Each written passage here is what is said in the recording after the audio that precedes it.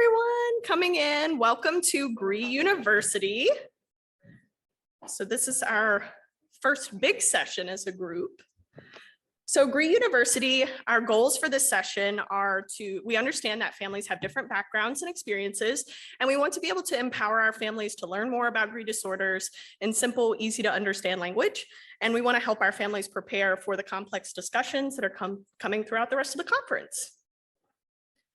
So I want to welcome our first speaker, Katie. She is a Master's of Genetic Counseling student working with us. She's actually doing her advocacy internship with Combined Brain and working with CureGRIN. So she's going to give us our first talk on GRI genetics.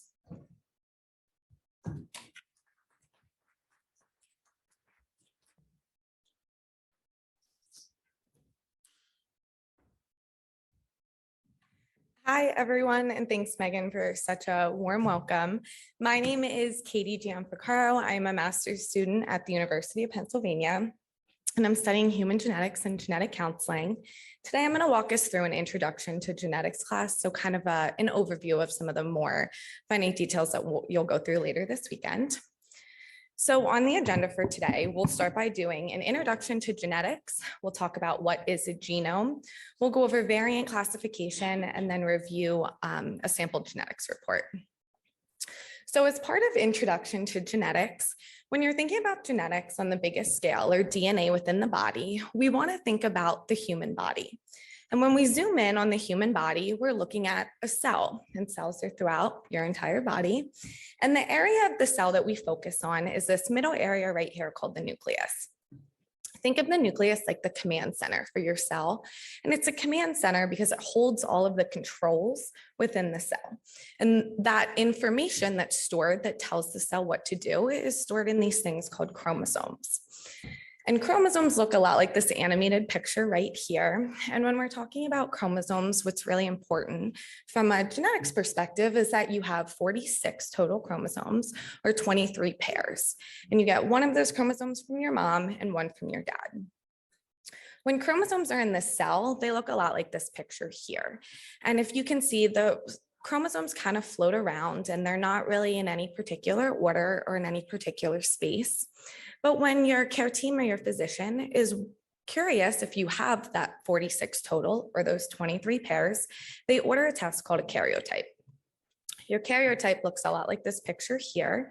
And if you can see, it's numbered 1 through 22 pairs. And then these bottom two are your sex chromosomes. So in this example, there's one X and one Y chromosome that denotes a male.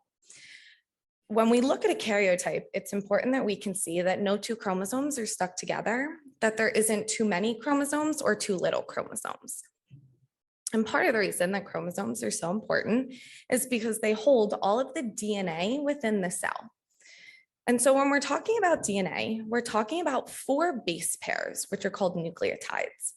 Those nucleotides are guanine, cytosine, adenine, and thymine, or DNA's alphabet, which is also abbreviated as G, C, A, and T.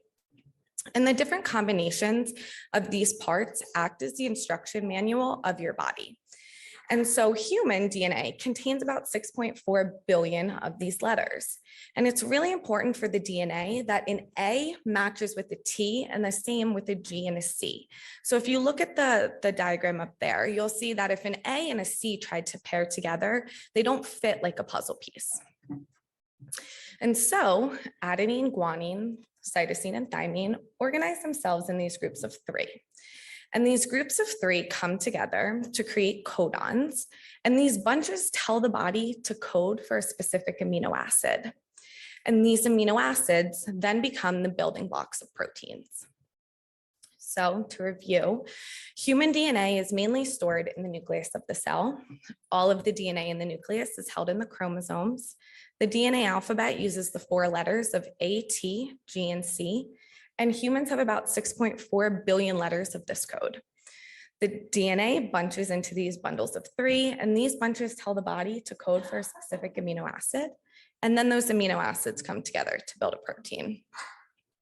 So for someone that promised to talk about genetics, I haven't actually talked about genes yet. And so to talk about how genes fit into all of this, it's important, or I really like the analogy of a recipe. So if you were trying to make a recipe for vanilla cake, the important thing is that you have both the ingredients and the instructions to make the cake. So here, the ingredients are the portions of that tell you like what to do and when to add it. Those written instructions are your genes.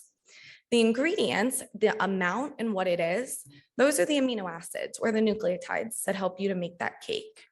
And so when we follow the instructions and we use the ingredients, we get our final product, which is a cake, or in this case, a protein. So moving on to what actually is the genome. So the genome is a huge buzzword right now in science. And what the word actually describes is all of the genetic material within an individual. And so this is every part of the human DNA that we know matters, and we also know might not matter for the total function or like the protein creation. And humans have about 3 billion base pairs, but only about 19,000 genes. And the genome is also the name that we use to describe a test, or a test that looks at all of the genetic material in an individual. So if a genome is everything, why are we ordering an exome? Well, the difference between a genome and an exome is a lot like watching a sports game live. So if you were watching the game live, it's like watching the genome. You're seeing all of the plays that result in touchdowns or in scoring, but you're also seeing all of the plays that don't necessarily matter to the end result of the game. So think like the timeouts or the water breaks, or when the offense comes on and the defense comes off. Whereas the exome is like reading about the game highlights in the paper the next day, or reading about the portions of the game that resulted in the final score. And so that's because, as part of the Human Genome Project, scientists discovered that only 1.5% of the genome actually codes or tells the body how to make a protein. And the portions of the DNA that come together to make proteins are called exons. In this diagram here, the green area is an exon. And when an intron is made, when a protein is made, the introns are the regions between that get cut out. And so an exome is the group of all of the pieces of the DNA that tell our body how to make proteins.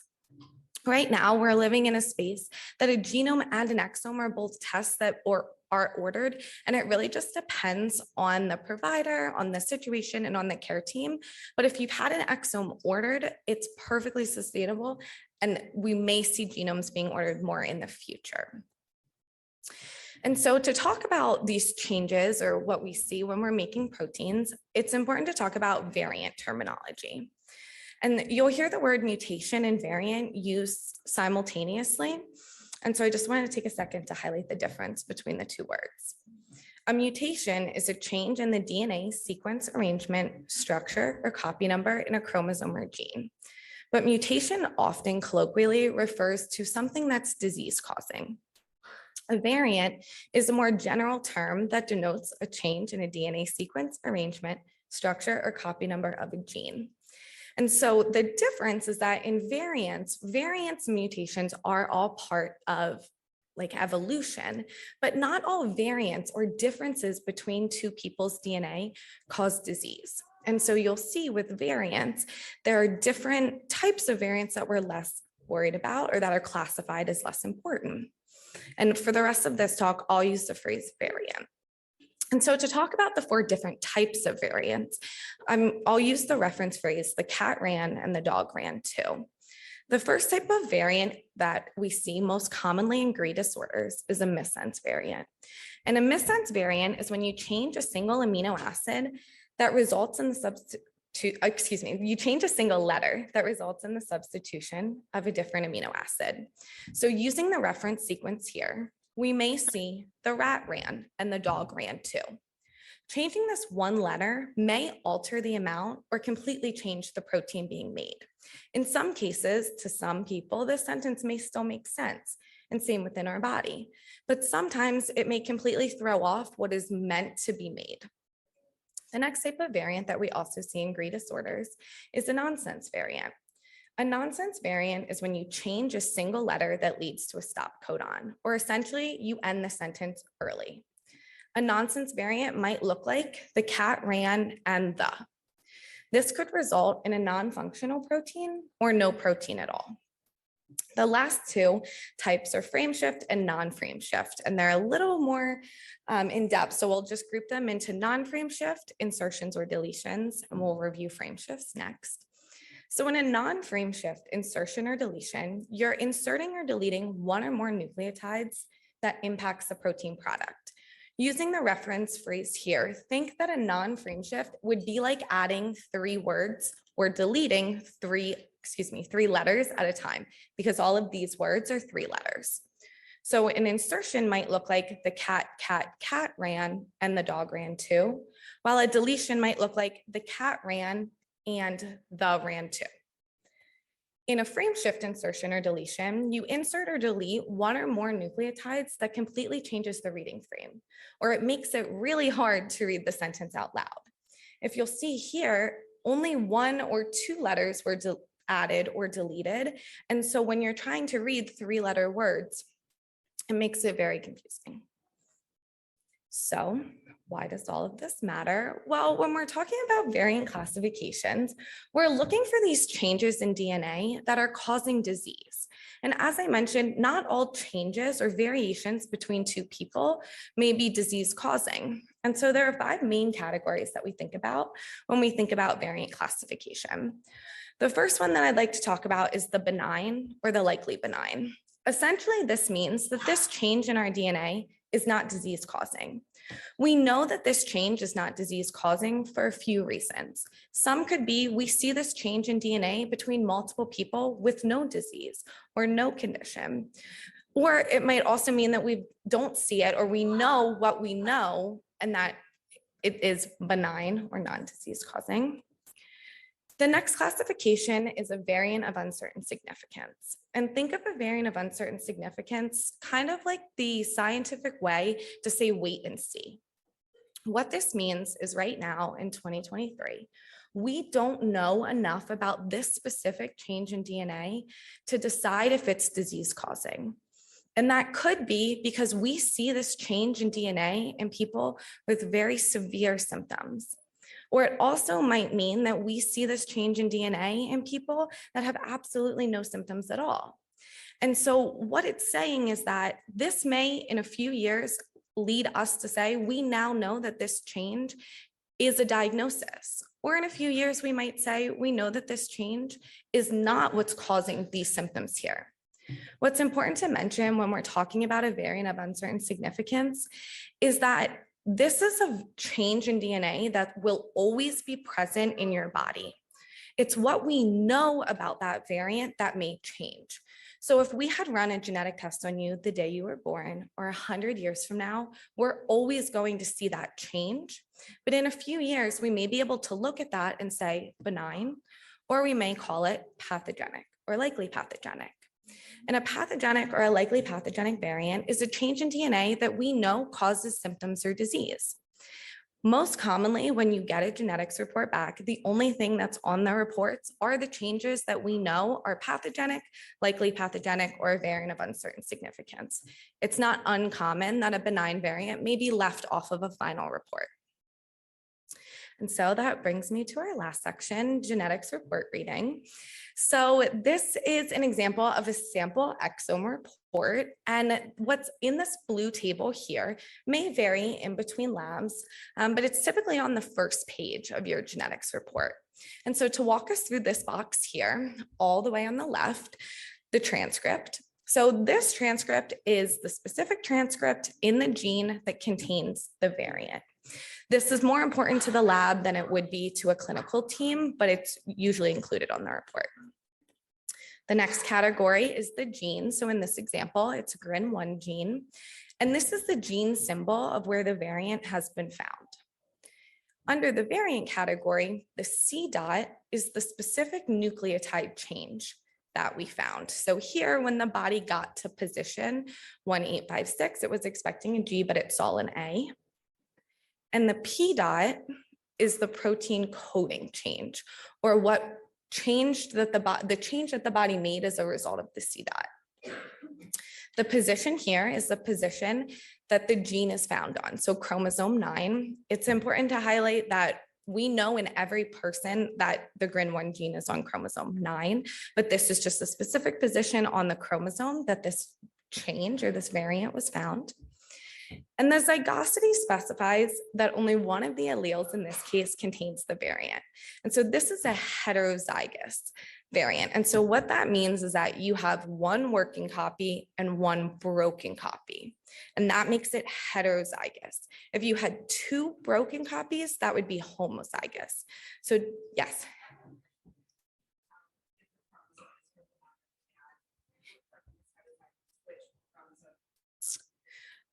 So yes, you can. In a lot of GRI disorders, they're not inherited. If it was an inherited change.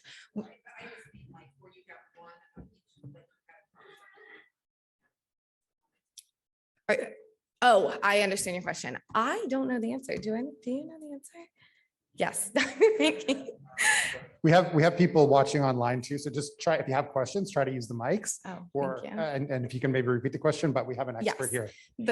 The question for those watching online was, if you know that one of the two chromosome 9s has that broken copy, can you tell if it's the chromosome 9 that mom gave you or the chromosome 9 that dad gave you?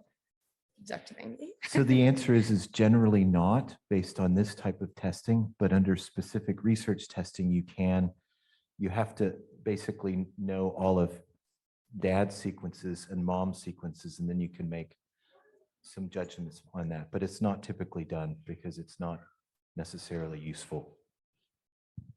Answer your question. Okay. Thank you. Did anybody else want to add to that? Yeah. Okay, so for inheritance, this is an autosomal dominant inheritance, and it's kind of similar to this idea of zygosity. But when you see inheritance on a report here, don't think inheritance as though where it came from. So like, did one of the parents have it? But you think about it within the individual. And so an autosomal dominant inheritance essentially means that that one broken copy was enough to cause symptoms related to the disease.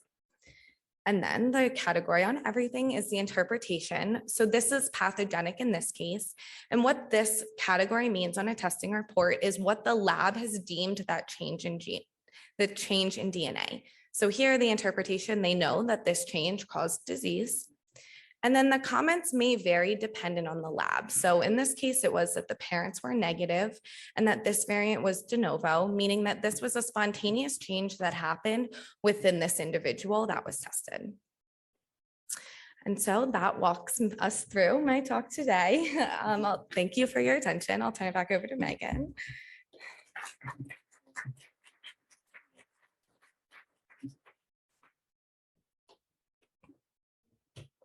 All right.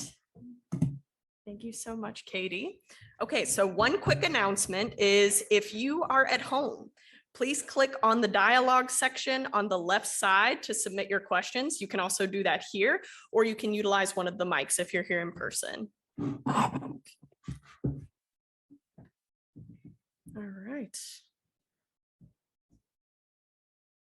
So I am going to be giving us a quick introduction to neuroscience. So our brains actually make up about 2% of our body mass. Does anybody have a guess on how much that might weigh, roughly in pounds or in kilograms? Any guesses from the audience? Yes, yes. So it's around 1.5 kilos, so like 1.36 kilograms. So great job. And our brains actually use about 20% of our body's energy. So different parts of our brain actually control different things. So in our frontal lobe, so you can see right there. So our frontal lobe can help us plan a schedule or imagine our future or use reasoning and arguments. Our parietal lobe can tell us about taste or aroma. It can also help us with reading and arithmetic. So that's where our parietal lobe is involved. Our occipital lobe, many of us know that that's involved in vision, and our temporal lobes are involved in hearing. It helps us process memories involving things like music. So in our brain, we actually have about 86 billion neurons, and our neurons work like messengers. They send and receive information, and they also process information. So our neurons send messages to other neurons, which allows them to pass messages to do specific behaviors.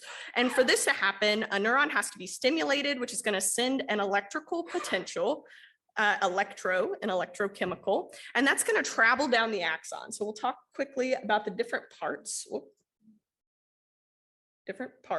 of the neuron. So up here we have our dendrites, then we have our cell body and our nucleus, and we have axons here. We have our axon terminal and our synapse. So our dendrites are basically, they are extensions from the top of the neuron, from the cell body that branch into a tree, and they're going to receive messages from other cells. And then signals then pass from the dendrites through the cell body, and they may travel away from the cell body and down the axon to another neuron.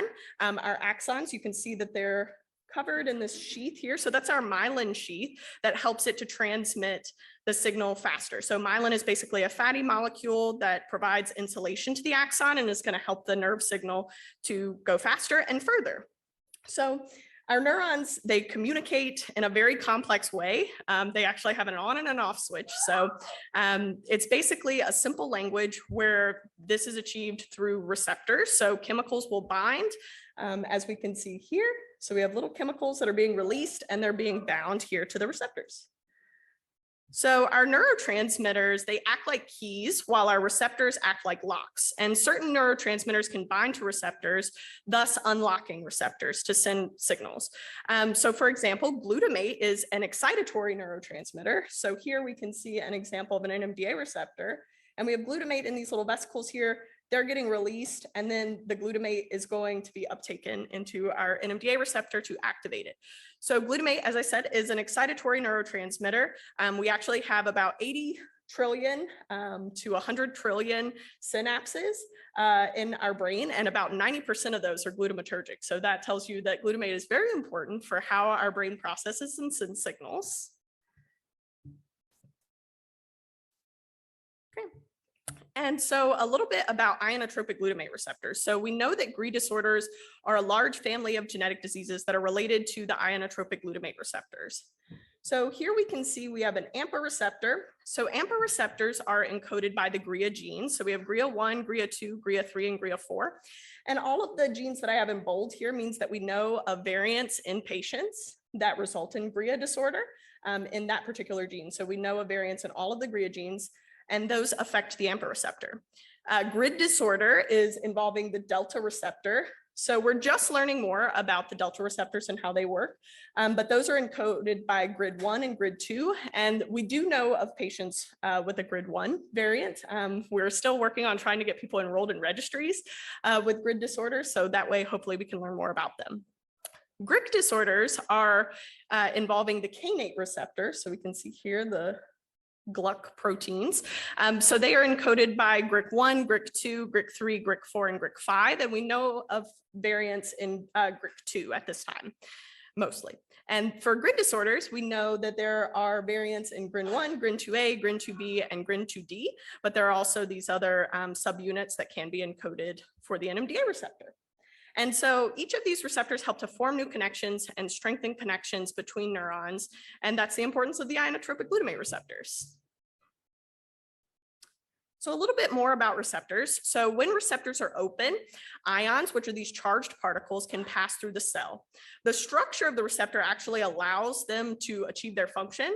So receptors can have a region called a ligand binding domain. We can see here on this image where these little green dots and white dots are, that's binding to the ligand binding domain, which is important for substances like glutamate to bind or attach. And when it binds to the receptor in this domain, it's going to clamp around it, which is going to change the shape of the receptor. And that's going to pull on part of the receptor and open the ion channel, which would allow current to pass through the cell.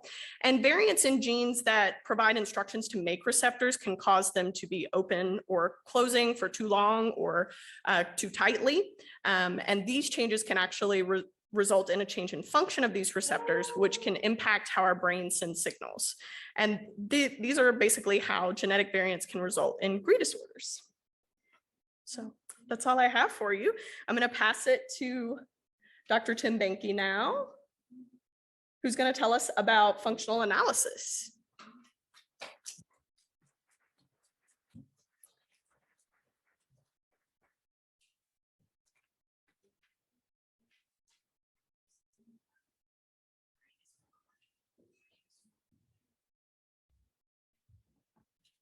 Hi, everybody. Thanks very much for inviting us to come to the meeting to chat to you today. And so again, when I go through this, if you go, what did you mean by that? Just stop. We'll answer the question and go through. So my name is Tim Benke. I'm a pediatric neurologist. I'm at the University of Colorado and Children's Hospital, Colorado. And a lot of what we're doing wouldn't be happening if it wasn't for a big, huge team effort. And so that's with Dr. Kristen Park, who's here, and Hannah Asbel, who's our research coordinator. You might know if you've entered into the registry. But this is all part of currently a funded effort through Simon's Foundation, and Steve Trainellis is the PI for that. But we've also been supported by a lot of help from GRIN 2B in order and Citizens United for Research in Epilepsy to get to where we are at the moment. So these are my disclosures, not really relevant to this, but here's our hypothesis, is that your GRI change or variant and your GRI, that resulting change in GRI function, leads to different phenotypes, that is the symptoms that you have, which also is going to perhaps inform what specific treatments that you may need. And so the long list of things that we're interested in are what are the developmental milestones and when were they achieved? Were there regressions? Is there epilepsy? Do you have storms? Are there abnormalities seen on MRI or EEG? Are there vision changes, movement disorders, growth changes, puberty, medications, therapy, sleep behavior, GI, autonomic, and importantly, other illnesses and longevity. And one of the other things that we're also wanting to add is, that's not really in here, but as well as MRI and EEG reports, we're also looking to any other clinical reports that you have to upload. So our approach is that we're interested in any variants in GRIN, GRIAs, GRICs, or GRIDs, and the associated proteins that help hold them in the membrane. And this is the funding that we were talking about before. We also have support from the Children's Hospital Colorado Foundation. And we've got a lot of partners and synergies. And importantly, we refer to registries, but really we are one registry because we work closely with Dr. Johannes Lemke at Leipzig, Jennifer Baines at Columbia, and Simons and Dennis Lowell at Broad, and of course, Steve and his group at Emory. And the reason why we have two registries is because there are different regulations that exist for genetic information in the EU versus in the US. And so it made sense to have two registries in order to, such that when I land in Frankfurt, I don't get arrested. So the GRI questionnaire, or the TGQ, so it's updated. We did this over the last 2 years, and it matches the data collection from Dr. Lemke in Leipzig. It's an online thing, and it has been updated to reflect parental concerns through interactions with folks at GRIN 2B and CureGRIN. And the consent is currently updated. It allows us to share the de-identified data with all of our partners, and it allows us to recontact you for future studies. This is an important thing. I can't just call you unless you've said it's okay for me to call you about another study. And we can share that contact information with our patient advisory groups. And it also allows us now to get annual updates. So far, you guys are turning in your annual updates, which thank you for that. And when we went through this over the last year, a lot of you had to reconsent for this. It was painful, and I thank you for it. So where are we with this? So we've published 2 reviews so far, and there are 7 papers that are now in various stages of progress. And so I think this next year is going to be a very busy year for papers. So the approach in terms of the functional approach is to do functional assessments on all of these proteins, and these are done by CFIRV and Steve Trainellis' group at Emory. And there's now a revised functional workflow. So basically there are 8 different parameters of how these receptors work that are assessed to determine the net effect of changes at the synapse or for non-synaptic receptors. And this functional quantitative data is eventually going into this GRIN portal, allowing for correlation with clinical features. And this is the group that's working on that. And at some point, the GRIN portal will automatically determine whether or not you're gain or loss of function. But we don't have enough data yet to do that. But it's we're relying on more data to be able to do that fully. And of course, there's regulatory approval for Dr. Trainellis to continue along with all of this as well. So I apologize. This is probably a little too small, but let me walk you through what we're doing here. But again, this underlying premise is that functional data is going to advance our clinical opportunities. And so what does that functional characterization look like? So basically what happens is we take somebody's specific GRI variant and we put it into a cellular system that will make those proteins for us. And there's different cells that are more amenable to doing that and more amenable to measuring certain changes. So one of the things we use is we use frog oocytes. So these are little frog eggs. They're protein making machines. And so if you put in your gene of interest into those frog oocytes, they'll make GRIN receptors for you or GRIA receptors, and then you can measure their properties. Another cell type that's used is something called HEC293 cells. But the bottom line is once you put your new protein of interest into these cells, you can then measure their functional features. And so, oops, I pushed the wrong button. Back, there we go. Pointer, okay. So along here, this is current that we're measuring, say in a frog oocyte.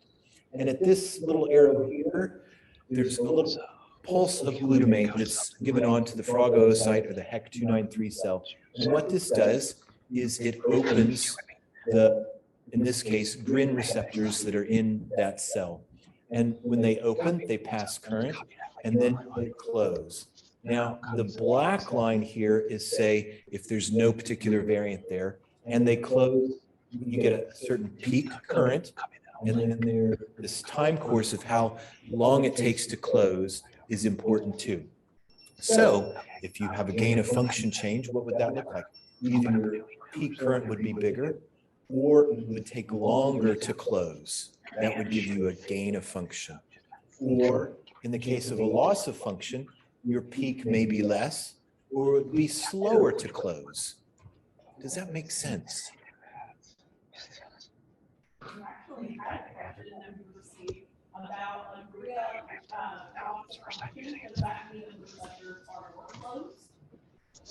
So in the case of loss of function, there's a couple of possibilities that we're going to talk about. One is that even though you made the receptors, they didn't go to the surface of the cell. So that's a trafficking problem. So in that case, if only a portion of those went to the surface, you might get the same time course, but the peak is going to be less. So that would be a loss of function change. Did that hit? Do we think that hit that question? Okay. Right. So this is our functional strategy. This is what's measured in the lab here. Okay. And so that amplitude is controlled by how, as Meagan was telling you, so when glutamate goes into the synaptic cleft, how easy is it for it to get sucked up by that agonist binding domain of the receptor? Does it go in there very readily, or does it just kind of bounce off? So that's what we call agonist potency. Now, for glutamate, for GRIN receptors, there are two agonists. There's glutamate and there's glycine. So we want to know how well both of those are interacting. The next is that thing we were just talking about, which is surface expression, how well they get to the surface. And then even though you've bound glutamate more or less the same, does that trigger the things to the rest of the protein to make the ion channel actually open? So that's what we call the probability of agonist bound receptor will open.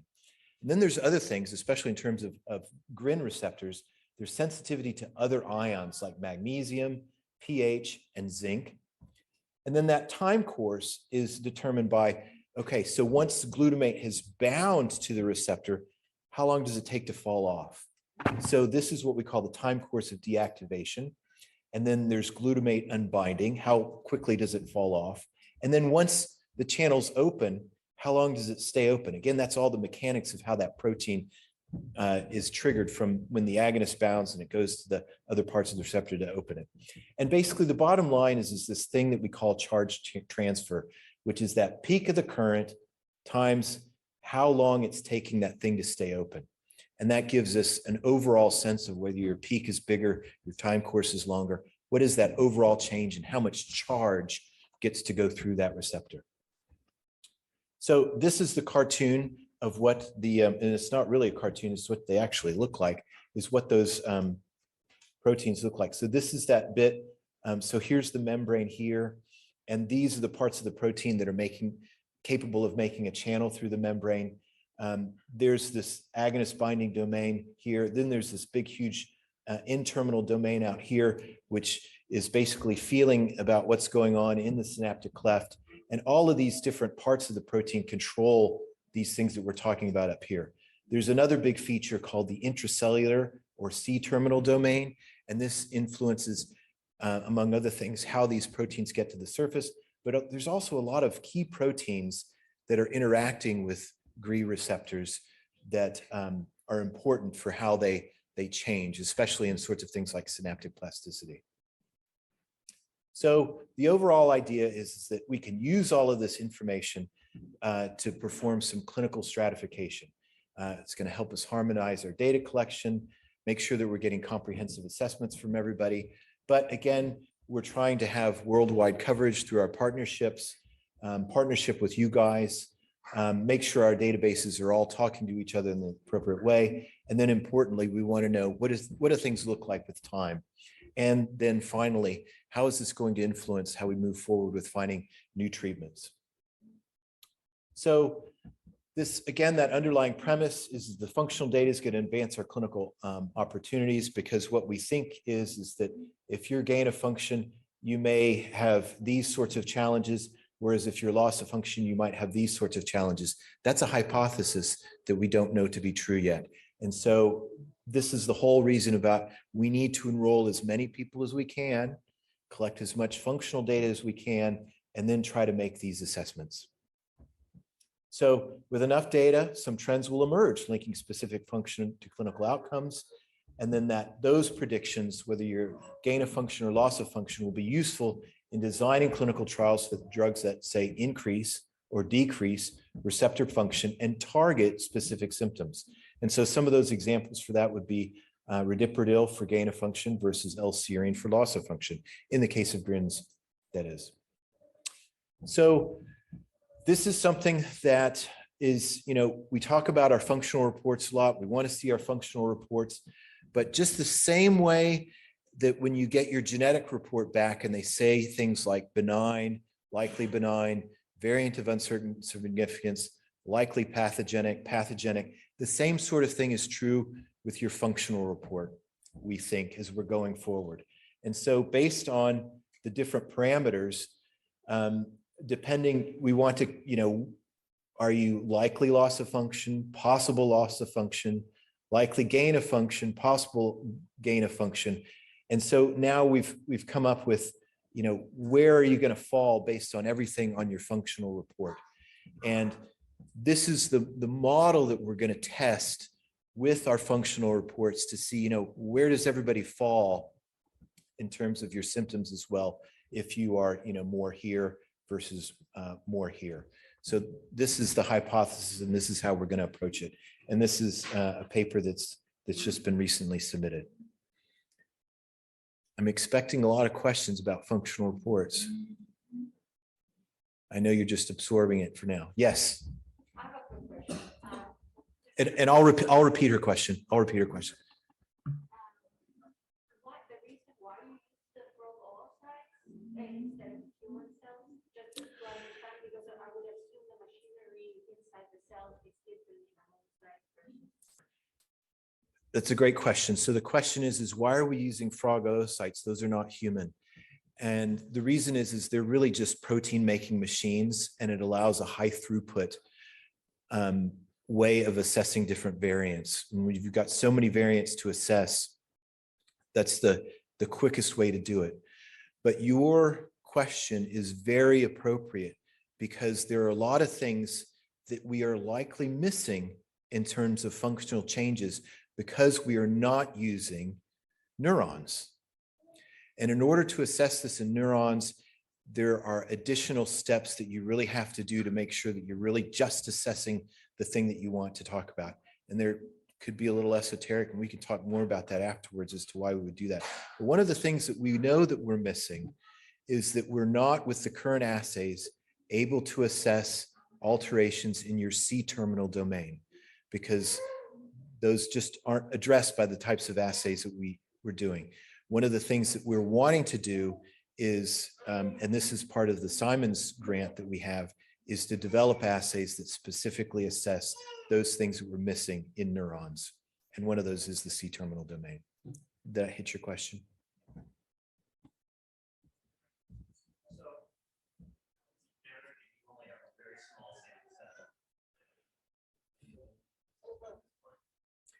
So the question is, does it matter that we have a very small sample set? And the answer is yes, because we know that there's going to be a lot of variability with genetic diseases. And for instance, there are other genetic diseases where you can have a family and everybody in the family has the same specific change, but there's a wide variability in symptoms. The example that I'm going to throw out there is Dravet syndrome, which is a mutation in sodium channels. You may have somebody that has the full Dravet syndrome. You'll have another relative, same genetic change, no symptoms, another relative, mild epilepsy. And that has to do with a lot of factors because you're not just inheriting, you're inheriting so much from your family. There's, as we learned, you are 20,000 genes, but also that huge space between the genes, which is the final frontier. So there's a lot of things that are going to influence. And one of the things that we would like to do is I don't want to just have one particular variant in the database. I want to get, I want 10, I want 100 people that have the same variant so that I can know what that variability is.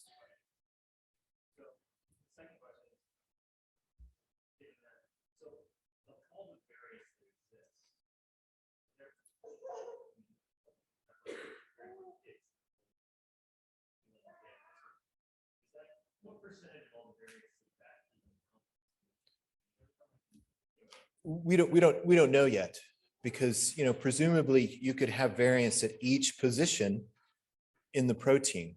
But what we expect is and what we know is that there's certain areas that are more intolerant of variants than others. And that variant tolerance means that we aren't going to see certain variants because you would just be too sick to have them.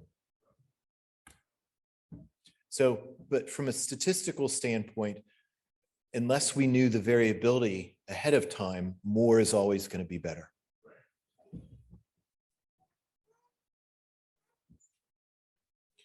So this is where we are with our database. And I have a final slide that says where we are with all of the databases together. I can pull that up in a second. But basically, here's where we are in terms of the Colorado database. We've got a total of 186. 52 GRIN1s, 42 GRIN2As, 75 GRIN2Bs, some GRIN2Ds, 3Bs. We've got 2 GRID2s, 2 GRIAs, GRIA1s, 2 GRIA2s, 3 GRIA3s, no GRICs yet. And this is just breaking down in terms of what is the sort of changes that we have in our database, as you were hearing about before. So we've got mostly missense. There are some nonsense. Some people have deletion or duplication of the whole gene. And these are the numbers that we have functional analyses on at this point. There are more this is my reminder to say, there are functional analyses that are done. There are more than, this is just reflective of these patients. And the other thing is thank you if you turned in your follow-up questionnaire, Liz. Did you turn in your follow-up questionnaire? I could pick on Liz. 'cause- It's on my list, you know, it's. My question is, so this is the Colorado database? Yes, so here. So do you wanna just see the- presumably, oh, do you is wanna there just see the another big one? slide? You just want to see the big one. I Okay, want to fine. see how many Dr. Lemke has. Sorry, I gotta go. Oh, Sorry, I was just thinking 75 is disappointing for GRIN to be. I am. I've broken it. Megan, I broke it. Oh, there. Okay, he did it. Thank you.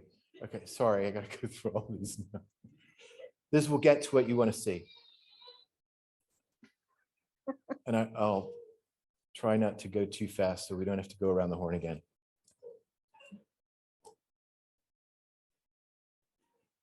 Sorry, we have a lot to talk. Oh, God dang it. There it is. Okay. Okay, so Oh, here we are.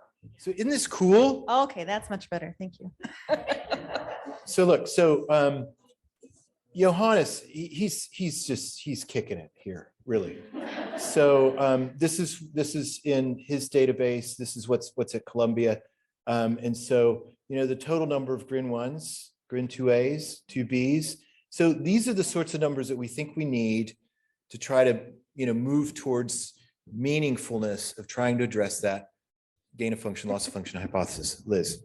Yes, so we're certain that all those numbers are independent of each other? No, some of the Columbia numbers could be duplicative of, Yes, we could have the same. So some of the patients in Columbia could be the same as in Colorado. but in theory, between Colorado and Leipzig, those would be Those should unique be unique. patients. Those should be unique. Okay.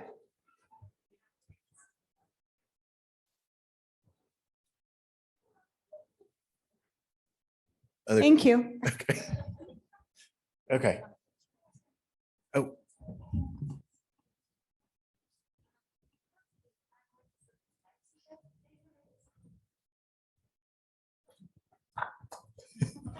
Don't fall. Don't have a head injury in front of the neurologist. Sorry, guys. I'm registered in the Leipzig database and you mentioned follow-up questionnaires, but I never ever got any follow-up questionnaires From Leipzig. from Leipzig. Is that correct or am I missing something? Let's talk to Johannes about that. I think that you could do that and he could start collecting them. Okay, kind of funny. And I had basically a totally non-related question. I saw with the symptoms that you had puberty there as well. Our daughter had, how do you call that, precocious puberty? She started puberty way too soon. She was 6. But we were told that was not a symptom of GRIN. Has that meanwhile changed? I think that in order to answer that question fully, we need more patients.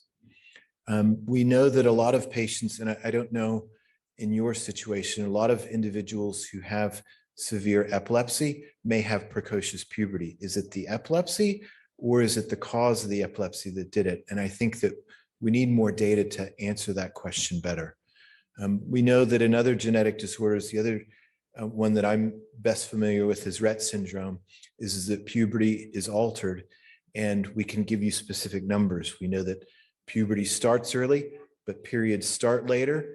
But that was through studying close to 1,000 individuals to get those numbers that are quite, you know, I can tell you that with some certainty. So I don't think that we're quite there yet in answering that question from my standpoint. Thank you. Next question, is there any research into diet effects? Sorry, any research into diet and how that affects the glutamate or any of that stuff? Yeah. So no, the answer is no. I mean, there are some thoughts about whether or not dietary supplements such as L-serine or glycine may impact things because these are potential co-agonists of GRIN receptors.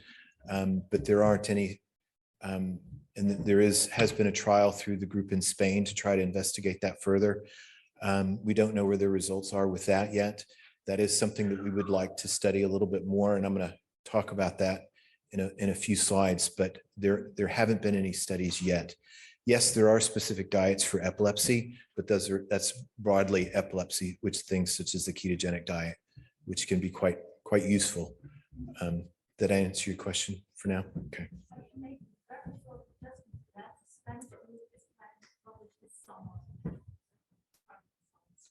Good. That we're looking forward to that. Yes, sir.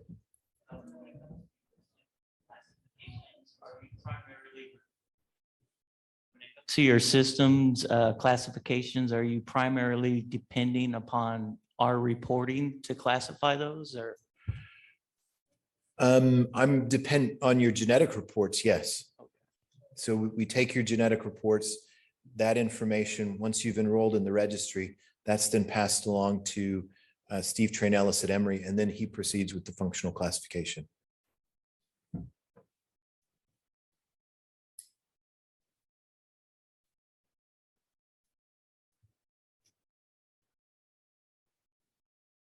Where were we? Okay. So, okay, there we are. So our next steps are, our goal all along is we wanted to get at least 50 in each group of gain and loss, such that we could move forward to try to make some of these things. And the 50 was a guess based on what we thought we would need. And of course, we're continuing to do smaller studies for GRIAs, GRIDs, and GRIN2Ds. What we're doing with our database is we've got some data cleaning. Recently, over the last year, we had a lot of incomplete records that were taken out. We're verifying our data entries. We're putting it in a form such that everything can be combined with Drs. Lemke and Bain, and then doing those analyses to move forward. So this is something that you might be familiar with, which is the GRIN portal. There are links here to the different groups, and it also then is able to direct you to join the registry depending on where you live. Oops. If you're in this half of the world, you come to us through the email grinresearch@cuanschutz.edu. If you are in this half of the world, then you go to Dr. Lemke's database. So where is my functional analysis? Well, enrollment in the registry is required. And this is provided. So if you want to know your functional analysis at the moment, it's provided to your physician at their request. They contact me or GRIN Research, and then we provide that report to them. And the gain of function versus loss of function, as we mentioned, there are shades of gray. And we're going to talk about this a bit more, but this is not clinically actionable. We all want to know it, but it doesn't direct something that you need to do for your child today. Providing these directly to the families implies a clinical relationship, and we really have a research relationship. The goal is to start putting these quarterly on the GRIN portal, but there's personnel needed, and it's been a slower process than what we wanted it to be. So with regards to the registry, we want you to enroll, we want you to update. The pathway is families contact, in this half of the world, GRIN Research. You email us your genetic report. Dr. Park and I, we verify eligibility for enrollment. Hannah is our research coordinator. She emails you the link to the online consent, gets verified. She sends you the questionnaire. We make sure it's all complete. And then at that point, we notify Emory to proceed with the functional analysis. And I've just got one Hannah. And so sometimes this process takes 3 to 4 weeks. This is the portal. This is how you get into Dr. Lemke's database. This is how you get into ours. And this is how you get into Dr. Bain's at Simons Foundation. So this is something that comes up a lot, is N of 1 trials, because a lot of people are, the question is, yes, sir. Quick question. The Simons Foundation is also a link to it. So if you did the one from Leipzig, you should not do the one at Simons. You can, so if you could do the Simons and the Leipzig, or you could do the Simons and the Colorado. So yes, you could be in both. The thing is that Simons is asking you different questions than what we ask you or what Dr. Lemke asks you. What the Simons database is doing is collecting a lot of the clinical information, but they're also collecting, did you guys have to fill out a Vineland? A Vineland. There's a standardized questionnaire called a Vineland. And that's something that's unique to the Simons databases. They're collecting this standardized questionnaire called a Vineland. The Vineland is something that's often used as an outcome measure in clinical trials. It's not clear that it would necessarily be useful in all clinical trials. It's got some challenges that are associated with it. So, careful and done. Sorry. Thank you. Okay. This is a question that comes up based on your functional analysis. If I have a gain or a loss, do I need to do something? But the big question is, what is the outcome that you're looking for?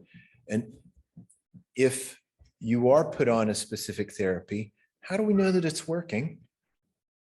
How do we know that it's not causing you problems? And those are very important questions, because as a physician, it's, I don't want to, my prayer is please God, don't let me hurt anybody. And I think that that's an important prayer. And the outcomes, it's more than just seizures, because not everybody has seizures is one thing, but I think we're looking at the overall individual, which is what's important to us. And then the other thing is meaningful change is subjective to each person's experience. So if you're going to have to take a medicine every day with a certain myriad bunch of side effects, what change are you looking for that's meaningful to you? And that's going to be different from everybody that I ask here, based on how old your child is, based on what you had to go through to get there. So it's important to think about these things ahead of time. It's important to know, for a lot of these things, safety has not been established, and safety measurements can be arbitrary. And so we don't know what to measure and how often. And if it's improvement or worsening, how do you know if this is what would have happened anyway in the natural course of the disease without the medication? So these are big questions that we don't know the answers to. The thing where this is going is that the placebo effect is a real thing. And this is just an example. So there was a double-blind, randomized, placebo-controlled study of a drug called trofinetide in pediatric Rett syndrome. Now, double-blind, randomized, placebo-controlled is the gold standard to try to figure out if a drug is working or not. And so what they were measuring in this particular trial was something called the Rett Syndrome Behavioral Questionnaire. And this is linked to the study. This is your score on that measure. And this down here is less affected. But you can see that people were taking placebo, they got better. Versus drug, it was actually more better, sorry. And this was just another measure over here that was part of the trial. But basically, there's a placebo effect, even with neurodevelopmental disorders. We know there's a placebo effect just with counting seizures in seizure trials as well. So it's the reason why setting up a trial in this fashion is the way that we're going to get answers. So if one was to do an N of 1 trial, these are going to depend on prior knowledge of functional status, whether we think you're gain or loss of function. And what we know so far is there have been some small studies. So in loss of function changes, this with L-serine. This involved people with GRIN 2A and 2B. There were improvements in behavior, development, EEG, and seizures. And this was the largest series that came out of Johannes's group by Ilona Cray. There were 9 folks in this trial. One patient got worse because it turned out they had a gain of function change. And then there was the study that prompted the trial in Spain, where they had one individual there. For gain of function folks, those would be medicines like, is he okay? Got it up. So these are drugs like memantine, dextromethorphan, magnesium, and ketamine. So in individuals with GRIN 1, 2B, and 2Ds, improvements were seen in medically refractory epilepsy and status epilepticus. And again, relatively small studies. There was 1 patient with GRIN 1, 4 with GRIN 2B, And then there's been other studies with, just really a handful of patients in GRIN 2A, and then a couple folks with GRIN 2D. So the numbers are really quite small.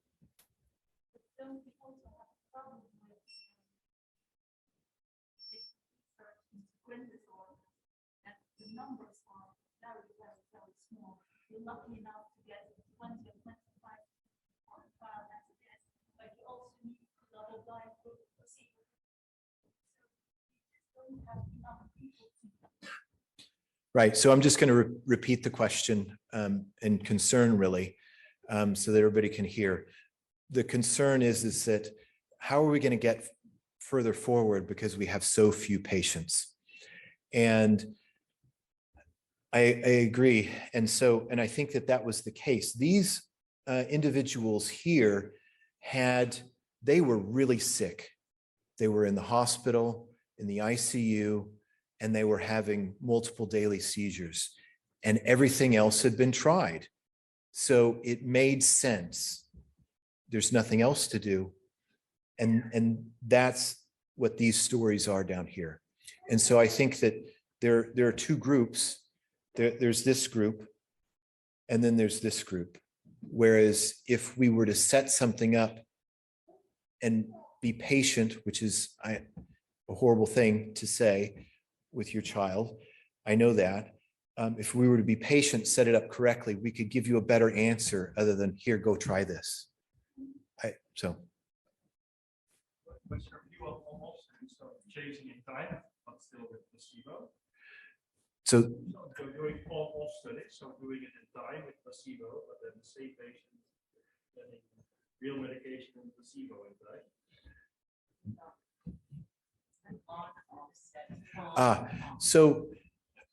what, from an ethical perspective, the best trial would be double-blind placebo-controlled, but with a crossover. A washout and then a crossover. So everybody, or double-blind placebo-controlled, and then everybody went on to drug. So everybody got a chance to try it. That would be the best way. Both of those are more expensive than doing, just the double-blind placebo-controlled and then it's done. So just time and money. Yes. Can you? Yeah, it works. So I just want to add to the Elserin trial, the clinical trial, actually they recruited 24 patients. So, and there were different greens. And basically going back to your outcome measures, actually out of that trial came the idea of actually doing a scale. So this is what it's going on right now, where we have a project where we're actually going to have to look at those outcome measures, because it's exactly the same thing you said. It's very subjective, and we have a variability already within our children that even with the same mutation, you have kids that are able and not able to do things. So the problem with the placebo that I see is that none of our kids have an identical kid to measure it with. And when you're trying a placebo, research, you're looking for matching groups, meaning you would never find another child with your mutation with exactly the similar characteristics that you would actually say, well, this is comparable to this child. So I think that's why most of these trials are based on 0.0 and after treatment, and also getting the right timing lapse in the treatments.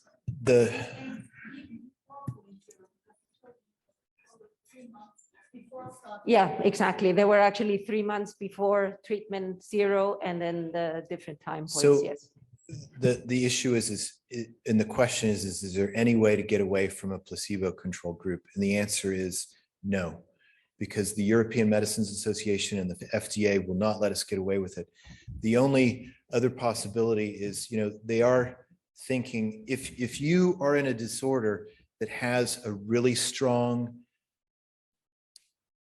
development and study of the natural history of that disorder, such that you can say, I know what's going to happen because we've studied 1,000 patients, that they're not going to change over this period of time, then the FDA might take it. But even then, it's not clear that they will. And this is where we are with gene replacement therapy, which is going to be, you can't do placebo control in that, with rare disorders. So it's a big challenge. But unfortunately, if I'm going to be able to tell you it's really working, this is what we have. But we could talk a lot more about outcome measures later because it's a big part of what I do. I have a question. Oh, Over here in the back. sorry, I've got my back to you. That's so okay. rude. I have a microphone now, so it's okay. I wanted to see if you could explain why all of the different GRIN genes are not collectively put into the same trial, like GRIN1 and GRIN2D, just to add more people. Like why, yeah, if you could just explain that. So, and this is, so the trial that was in Spain, it grouped everybody together. I think that was one of the reasons why.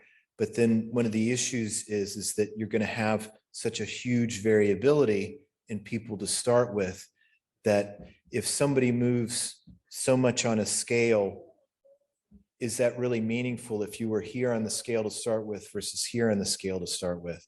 And so the more uniform your population is, the more likely it is that you're going to have better data coming out of it. Okay. And so that's the reason why a trial is more with low numbers is more likely to be successful if you're very selective in who you put into the trial. It doesn't mean that once you go through the trial and you get some good data that it wouldn't apply to other people necessarily, but it's the starting point of where I think that we're going to have to be for successful trials in rare disorders like this. Okay. Yeah, my son has GRIN2D, and so I'm just always worried that will come towards the end. No, I share your pain because I think that this is a big challenge because you've got so few patients. How are we going to do the trials and how are we going to keep pharma interested in us? Right. But it's still important. Thank you. In this corner, what are the numbers doing? Are we seeing more diagnoses? Are we kind of like on the cusp of, now that it's newly diagnosed, are we seeing more? How many do we expect to be diagnosed? Well, we're, Dr. Park, I think we're getting, Hannah's got, 2 or 3, new families per week that we're enrolling in the database. I think this all really depends on where you go from one part of the world to the next with regards to access to genetic testing. I mean, we still have to argue with insurance companies, oh, this is experimental, it doesn't matter at all. And we have to get on the phone and, argue with people about this sort of thing. And so I think that's one of the bigger things is just access to genetic testing. So are you partnered with any genetic testing companies who are out there? Because I know there are, the question is, are you partnered with any of the genetic testing companies? Because I know that there are companies that have just rolled out some of these tests and are building databases of this kind of information. Specific relationships, no, but the better genetic testing companies as part of their report will often put at the bottom of it, here are some support groups. Yeah. And, if most people, they're going to get their genetic report, and even though your physician told you not to go to the interwebs, you do. Right. And then hopefully you find us.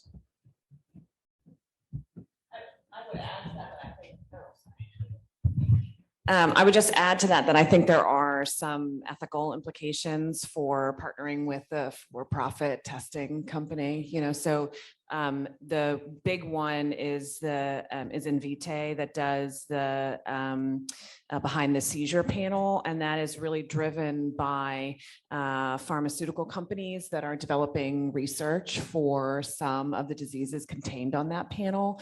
And to date, they have only expanded the panel to put more diagnoses and more genes on it.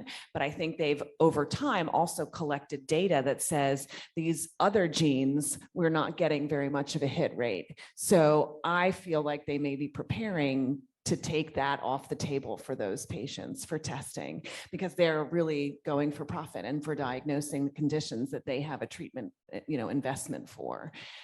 So I worry that partnering with them has some downsides. There are also some institutions, at least where we've sent some of our fellows from neurology training, who do not feel comfortable offering that type of sponsored testing. And so I think there are just a lot of factors to consider before you partner with them.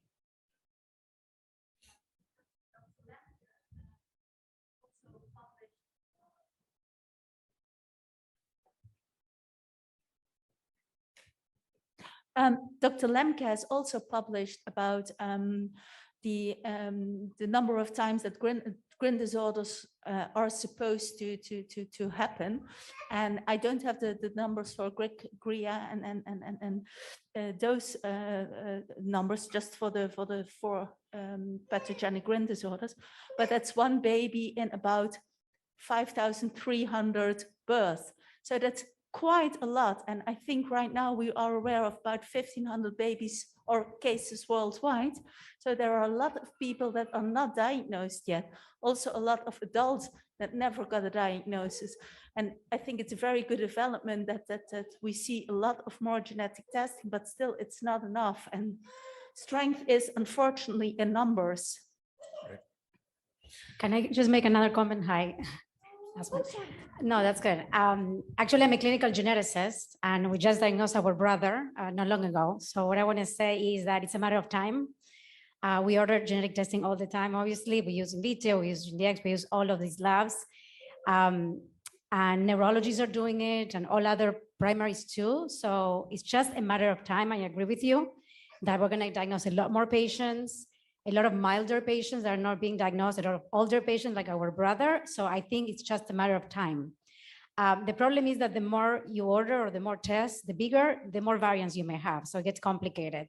So the right way to do it is really in a genetics group with a genetic counselor or one of us to get the right information at the right time. Huh?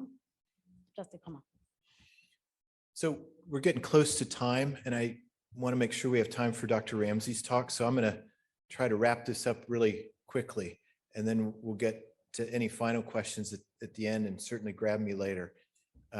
So I think we already said this. This is kind of my opinion about things, that certainly things should be considered in extreme situations.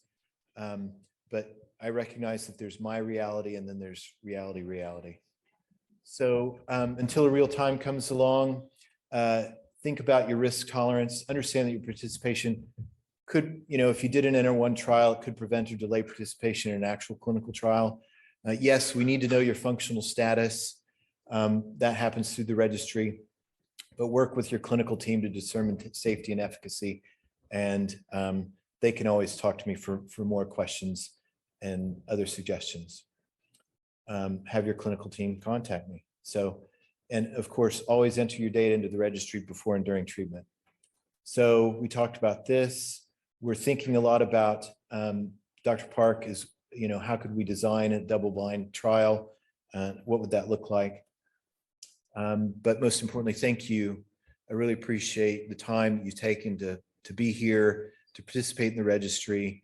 We wouldn't be here without you, and certainly wouldn't be here without our funding partners and also the great group that we get to work with. So thanks, everybody.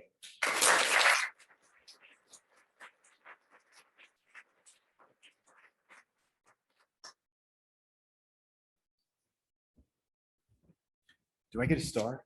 Yes, you get a gold star. Can I have a gold one? Thank you so much, Dr. Benke. So now we have Dr. Amy Ramsey from the University of Toronto, who's going to talk to us about gene therapy. Thank you. Green button to go forward. Okay, I am getting over a cold, which is not COVID, but still, I'm going to keep one mask on and try to enunciate. If you can't hear me, please let me know. I'm so happy to be here in person with you all, and thank you for coming. Okay, when I teach, I encourage my students to ask questions as they come up so that you get them clarified right away. So please interrupt, just raise your hand and let's just talk about this as we go through. All right. So we're going to talk about that green button. Okay. We're going to talk about gene therapy. I have to disclose that I'm a shareholder in Variant, which is not a company that does gene therapy, but it does involve rare diseases. So to start off, before we talk about therapies to treat the GRI disorders, I just wanted to do a rundown of what you've heard before, which is, in order to make these receptors, these glutamate receptors, you start off with the instructions that are the genes. And we inherit 2 copies from our parents. And there's usually, to make these receptors, there's more than one gene that's involved. So you have like the 1 subunit and the 2 subunit, or the 1 and the 4, or, there's different combinations. But at any rate, this DNA gets made into RNA. And for children who have these pathogenic variants, there's some change in the spelling of this gene. And so we've got this in yellow. And then the kind of normal spelling is in green here. I've got in gray the other subunits that you need to make the full glutamate receptor. So the cell makes RNA, and then that RNA gets turned into protein. And when the protein is made, it's assembled into a receptor. And you can think of this like you have like a box of Legos that the cell is pulling out little bits and pieces and pulling them together. And when they have 2 of this and 2 of this, they put them together and make a receptor that then goes to the surface of the cell. Now, when you have a variant here that's causing a problem, it's going to get incorporated in to the receptor. Now, this might cause the receptor to not even make it to the surface, or maybe it makes it to the surface, but it's not working the way that it should. And this becomes important when we talk about strategies that we can use to try and normalize this process, because ultimately what we want to have is as many of these as possible, where you have the normal glutamate receptor. For any brain disorder, there's some challenges that you need to address, that it needs to cross the blood-brain barrier. It needs to interact with, specific cells in the brain. So maybe it just needs to interact with neurons. And you need to have a way to measure whether this drug is working or not. So you need to have good animal models. You need to prove that the drug is better than the current treatments. You need to prove that it has little or limited toxicity. And you always need to work out the dose and the timing. So there's a lot of work that needs to go into optimizing all of these things. And then, ideally, these are the things that you need if you want to have a gene-based therapy. Oops. Okay, there's a lot of different approaches. So you want to figure out what's the best approach that would fit the gene and the variant. I'm sorry, I'm getting these 2 buttons confused. One is for the pointer and one is for advancing. And okay, you need to find an effective method to deliver that therapy into the right cells. So with these glutamate receptors, they're concentrated in specific cells, but they're found maybe in other cells of the body. And so we kind of want to get that therapy in the right cells and in the right concentration. We need to have good animal models with phenotypes that mimic what the patient experiences. We need to be able then to test the gene therapy in these mouse models and have readouts that will tell us, yes, this is working, no, it's not working. We also ideally it would be good to test that same therapy in patient cell lines, or you might have heard organoids. That's when you turn skin cells into neurons, or even into little clumps of neurons that act like little mini brain clumps. And this is where the work that Dr. Benke and Dr. Park and Dr. Lemke, Dr. Bain are all working on to have these quantitative clinical symptoms and biomarkers that indicate the disease status. So we really need to have a really good picture of what this disorder is and ways to measure it with numbers so that we can see whether it's getting better or worse.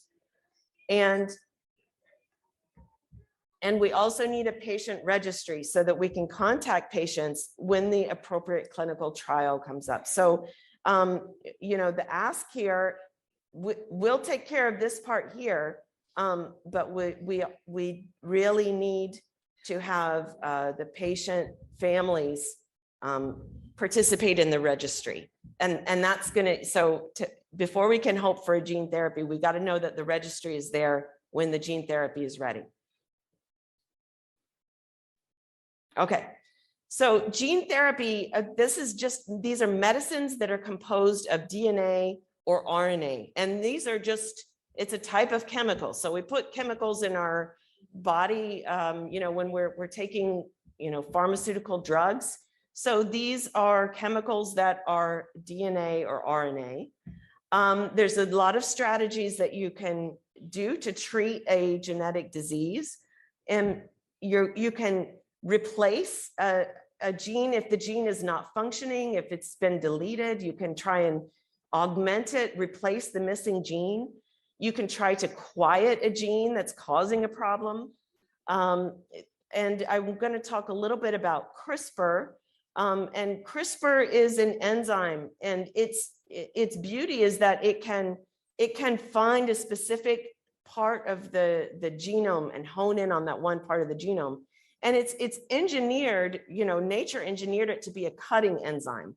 But there are new techniques that take away the cutting part of CRISPR and make it into something else. So we're going to talk about CRISPR a lot today. It's an improvement over other enzymes that we've used in the past when we've modified DNA, because it's really efficient. And I think that's the big breakthrough of CRISPR, is that if you put CRISPR into a cell, it's going to do something. It's going to find that sequence and cut. When you don't want to destroy a gene, CRISPR can be a problem because it's so good at cutting.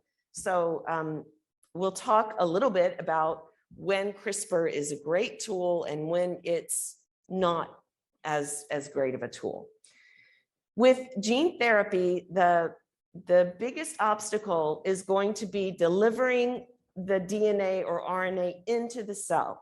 So cells don't like to have DNA, foreign DNA coming in. The cells have a lot of, defenses to try and destroy foreign DNA. And really viruses are just foreign DNA trying to get into our cells and take over our cells. So we have a lot of mechanisms to try and destroy any DNA that's out floating around. So in order to get this therapy into the cells, we have to coat it with something. And we can coat it with the same thing, with the same thing that viruses use. So we can coat our therapy with the coat of a virus, and then it can get into the cell the same way that the virus would, but it doesn't replicate. It's not a virus that's going to take over and take over the machinery of the cell. We can also coat the DNA or the RNA with lipids and proteins. So it's not, it's very similar to what a virus is in the sense that it coats that genetic material in such a way that it can get into the cell without getting destroyed. So that's the big number one challenge. The challenges that we have are that we have to deliver the therapy to the correct cells. We have to avoid activating our immune system. We have to ensure that it's going to last. And we want to avoid any DNA damage. So whenever you are introducing foreign DNA in, one of the things it can do is it can go and put itself into the genome, and it can interrupt a gene. And when it interrupts that gene, it's a type of mutation. And some mutations are harmless, but some of them can, cause toxicity. And the worst of that would be cancer, because, if it's just one cell that has a problem, that's not a big deal. But if you have many, many cells that are dividing, then you've got cancer. So those are the things that you need to ensure you've got in place. The three kind of strategies I'm going to talk about are gene replacement strategies, ASO, which stands for antisense oligonucleotide, and CRISPR. So gene replacement is that idea I talked about when I said you can just add in a functional copy when there's a gene that's missing. So you're just giving the cell a little bit of DNA that says, here, make this protein that you're not making. Antisense oligonucleotide is a small little piece of RNA or DNA that you can sneak into a cell, and it will bind to the RNA, and it can decide which RNA gets made into protein and which one doesn't. I'll show you some pictures of that. And then CRISPR is really an enzyme that is scanning, going all through the genome until it finds the correct sequence. And then you can bring this CRISPR enzyme in to either cut the DNA or change the DNA, edit the DNA in some way. And there are a few different versions of this that we're going to talk about. Okay. Are you all still with me? Okay.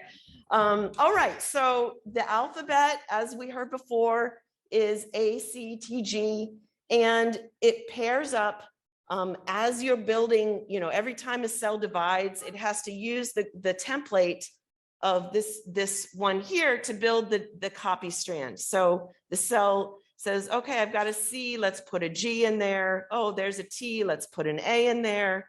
Oh, there's a G, let's put a C in there. So this is the structure of it. And, these are called the nucleotides, but there's also this backbone here. Okay. And this backbone is the same throughout. And when you cut the DNA, this is where you actually do the cut. Okay. So these kinds of things where you're just kind of the DNA is used to being open and closed here, but it doesn't, if it gets cut here, then you can introduce in new DNA or you can lose DNA. All right. So what happens is when the DNA gets copied, sometimes the wrong nucleotide gets put in.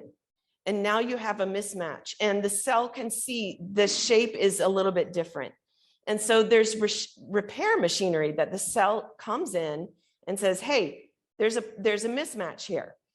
And it really doesn't know which is the correct one and which is the accident. So it can either correct it back to the way it should be by removing this one, or it can assume that this is the right one. And then it will put its pair in the place. And so this is what often happens with these pathogenic variants when it's a switch like this. Okay, this is all going to make sense why I'm telling you this stuff, because with the CRISPR, this all comes into play. Okay. So when we think about these different therapies, there are kind of different ones that would be ideal for different kinds of gene problems. So gene replacement is good for diseases where there's little or no functional protein made.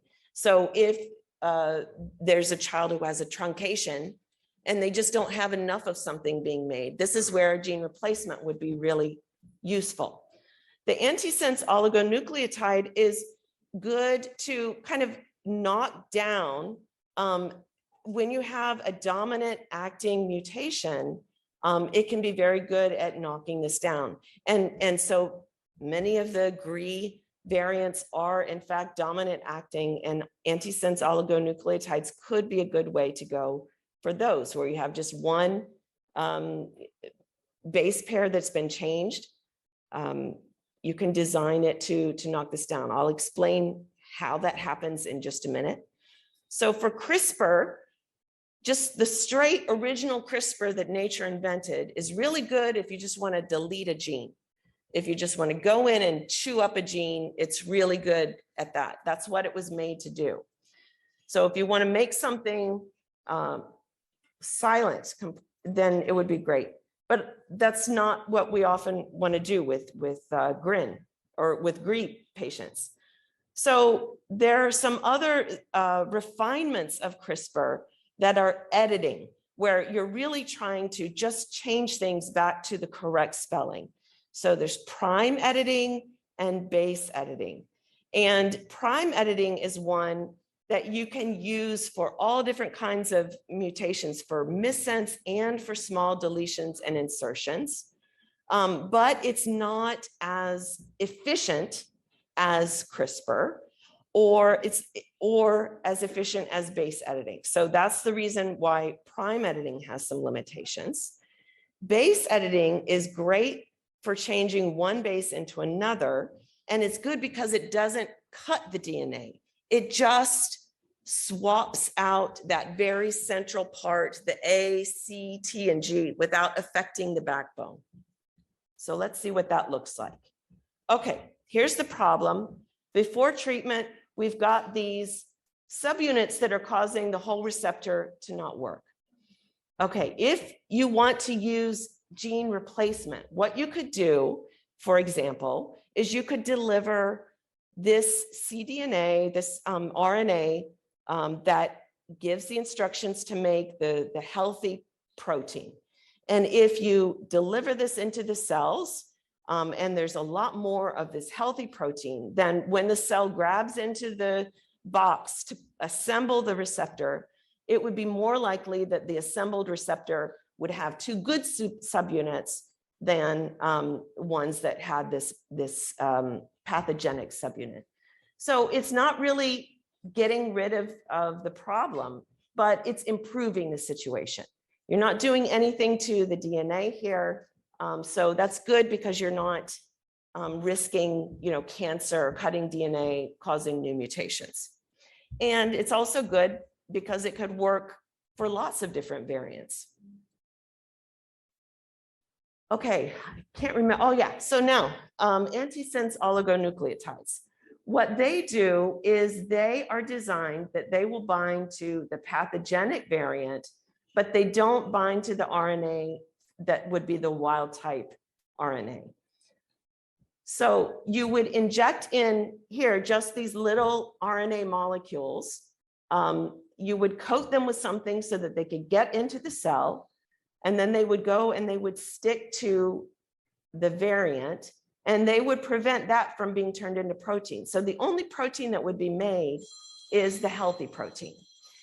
So this has been done in the clinic, and not for GRIN or GRI patients, but for another rare disorder. And it does work. Patients would need injections every 3 to 6 months. And then you could conceivably combine these, where you would have a replacement strategy that would have more of the wild type. And at the same time, you would have the ASO that would be knocking down the pathogenic variant. So, that could ultimately be the best way, but it's, developing something like that. There's a lot of steps that would be involved in that. Okay, any questions about gene replacement or antisense oligonucleotides before I start talking about CRISPR? Does that make sense? Yes. Is there any downside of having too much gene in cell? That is a great question, and we need to determine that experimentally. So probably. The answer is probably, especially for the glutamate genes, because we know that too little is bad, but too much is also bad, just from these gain of function patients. So we don't know how sensitive, what the therapeutic window is. So we don't know if it's very narrow and we have to get it just right, or if there's some wiggle room. And so we won't know that until we test it in animals and in cells very rigorously before we, so yes, there is a potential danger to have too much of a good thing. Yeah. Yes.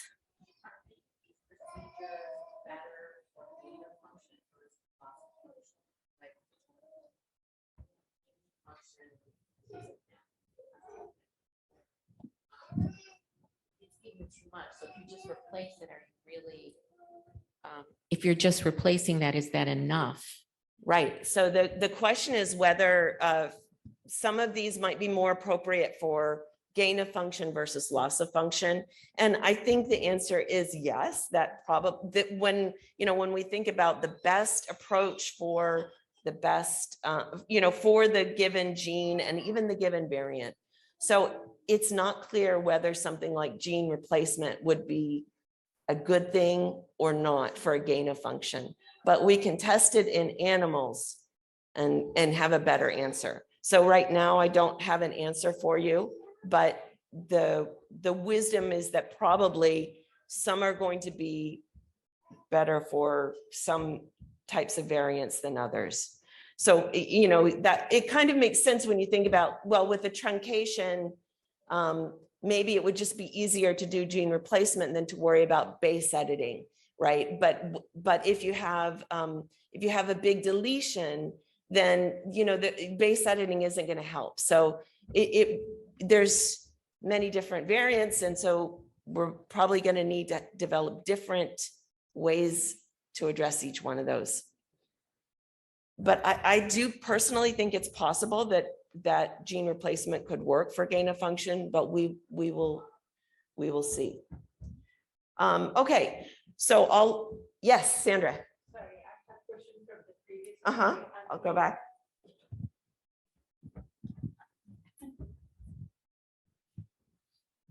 Sorry, I just have a quick question about the antisense.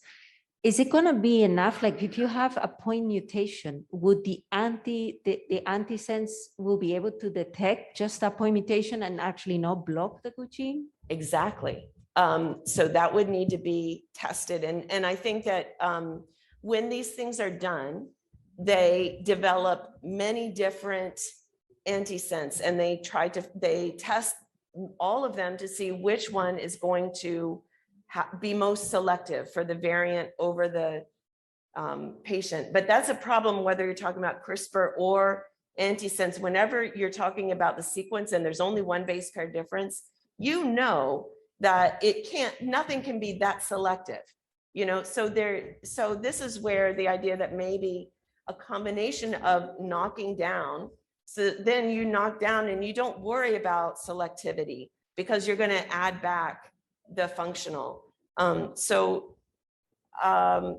people who design these ASOs are very confident that, oh yes, we can be very selective, but like I would imagine that it's difficult to be, 100% selective. Well, experimentally, it would need to be determined for each gene, for each, variant of each gene. Okay, so CRISPR is really, it's an enzyme, it's a protein blob that has a little piece of RNA stuck inside it. And this RNA here is the targeting mechanism that tells this blob where to stop. Okay, so it scans the genome, and whenever it finds the part of the genome that it pairs up, it causes this blob to stop, and then the scissors go to work and they cut. And so that's what this system is meant to do, is to cut. And it's meant to basically destroy any foreign DNA that gets into the cell. It comes and chews it up. So it often will cause deletions, or you could get some new nucleotides added. But either way, you're going to mess up that gene. It could be used to repair a gene if you also supply in here some donor DNA that would make it exactly the change that you want. Okay, so this is what we're using when we try to make our mutant mice, and we try to make a mouse that's exactly the same as the patient, we do this. But I can tell you that when we make 100 mice, we're lucky if we get one of them that does this. Most of them, this happens. And often we'll get one happens this on one allele, and this will happen on another allele. So CRISPR in and of itself is not ideal for the GRI disorders because we don't want to destroy the GRI genes. If you had a cancer, it might be great because you could just knock out, just remove all those genes that were causing the cancer. But that's not really the case here.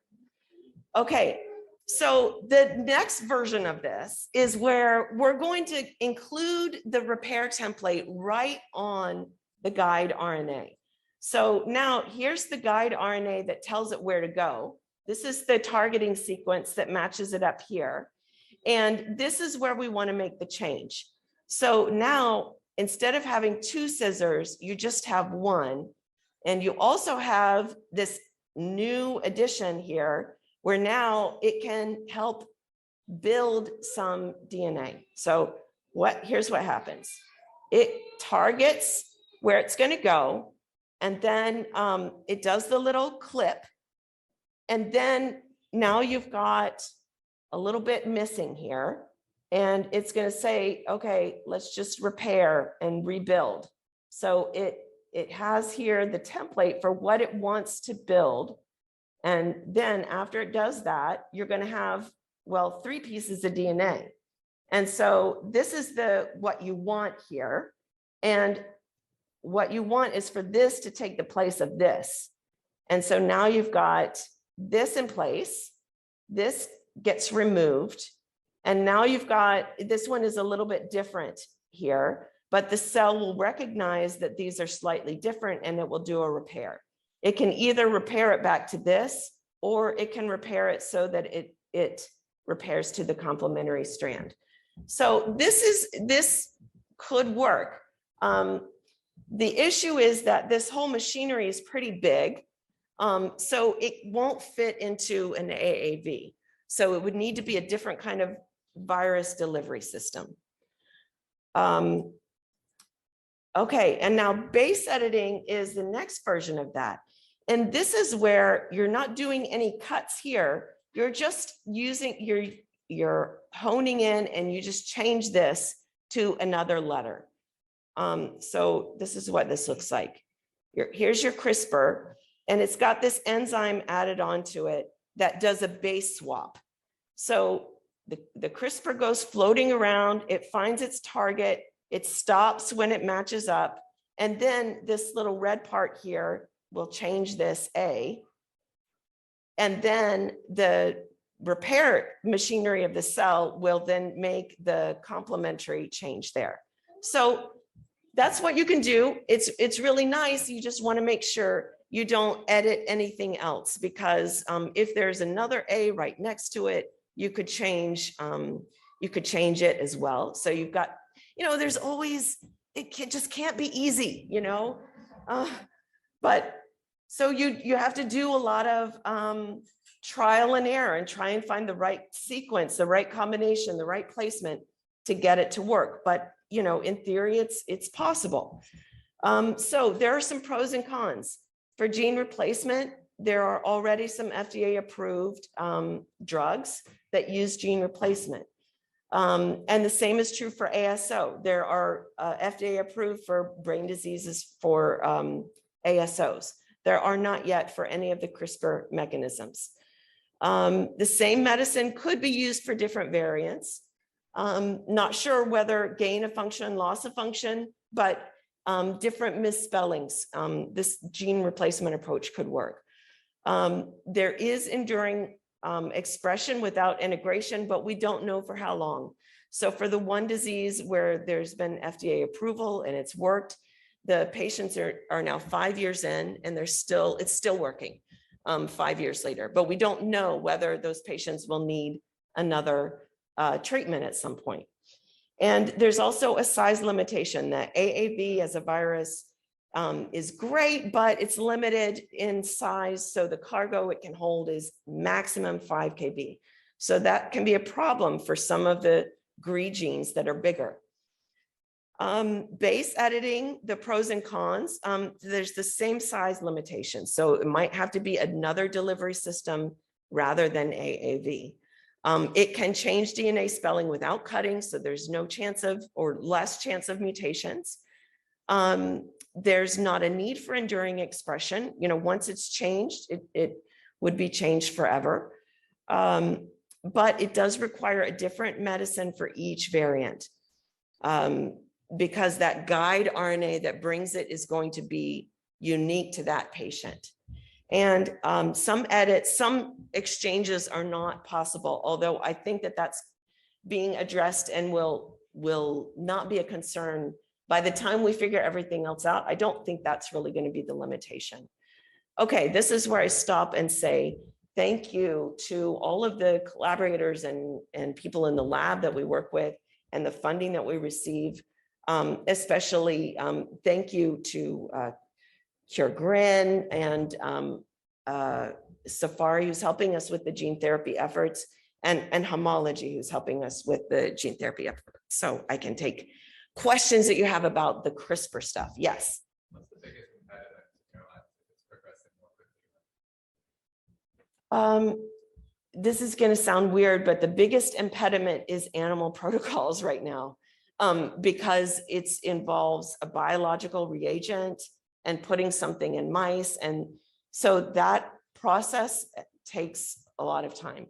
And then I guess the other thing is that with the gene therapy approach, it takes time between when you deliver it, then you have to wait ideally like 12 weeks for the AAV. You have to wait to see whether it's worked. And then you evaluate those mice and then you refine.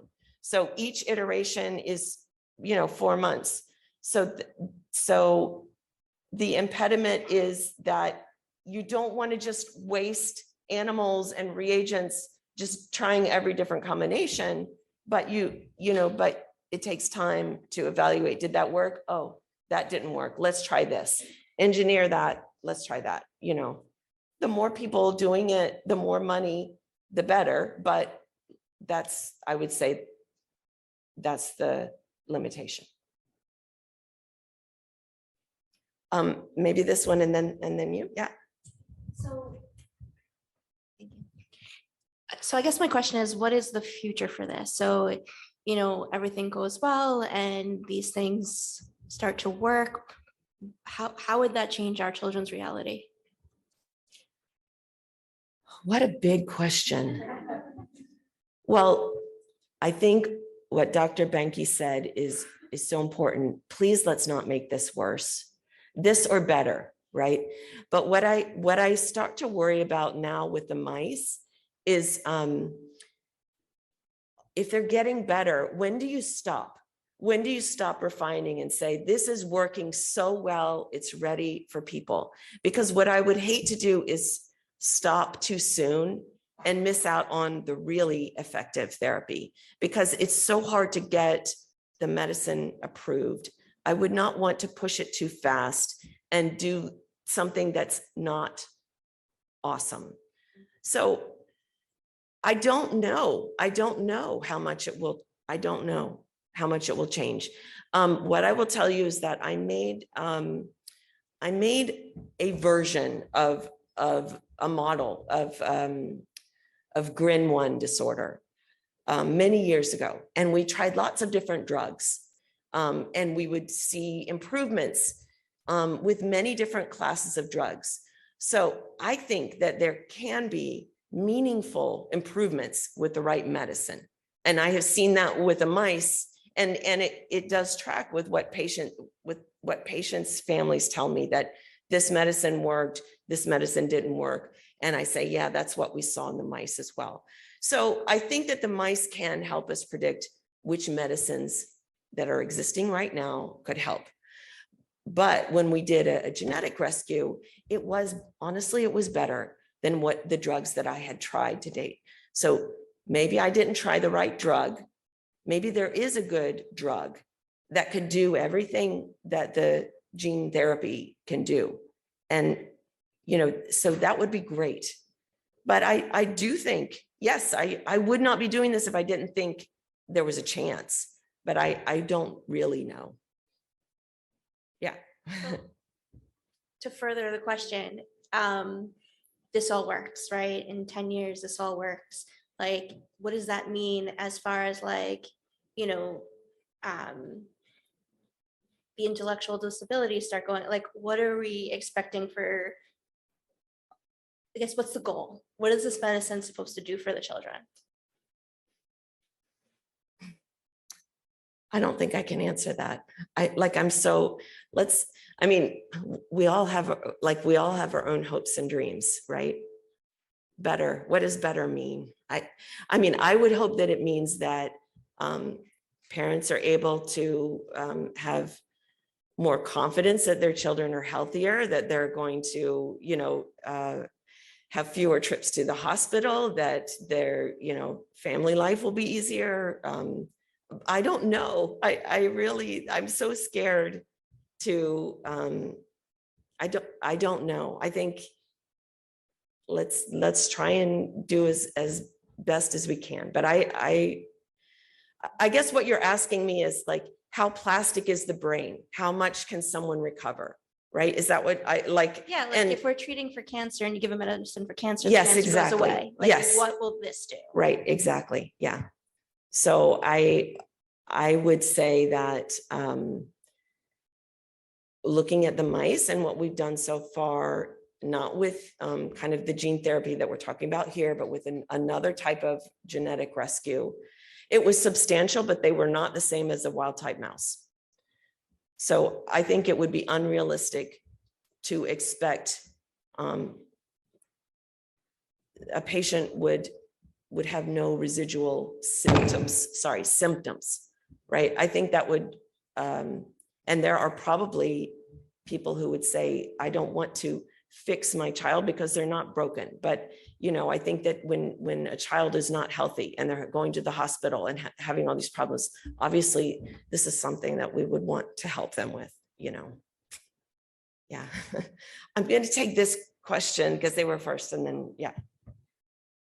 As I was following some of the other gene therapy trials for the other rare diseases, it kept coming up that, this is a one-shot deal. And it was kind of a little bit concerning because we're sort of at the forefront of that. And if we don't get it right, can we, our second phase or third type, can we correct it first? Because in research, that's what's done, right? So I was wondering if you can explain why that's a one-shot deal and whether if we try one form of this and it doesn't quite, or it only works 40%, in 15 years, could we try a second type? Like, would that work? Or are we basically kind of stuck with I this think idea? this is probably a better question for Dr. Benke because he's actually seen clinical trials fail and work. And, he's been in the trenches of this. So I really think he can speak to this better than me. So the question is, when it's come up, you have one shot with gene replacement therapy. This refers to the fact that the way that we're delivering it at the moment is with something called adeno-associated virus. And one of I describe this as a moonshot things is when you get gene replacement therapy, it's like when we first went to the moon, we didn't know if we were going to get there. We didn't know if there was going to be any rocks worth bringing back or if we were going to be able to come back. But one of the issues is that you are trying to prevent the body from rejecting this virus that it's never seen before. And you basically have to go through a period of immunosuppression while you're trying to let it take hold. But the body will develop immunity to that virus such that if you gave gene therapy again, the body's just going to get rid of it. So that's the one-shot issue that we have with the current vector that we're using called adeno-associated virus. One shot per patient. So it's one shot per patient, not one shot per disease or per mechanism. They're just saying that you can't give the same gene therapy with that same vector to the same person again. Okay, there was one there and then maybe I could, Yeah, so, yeah.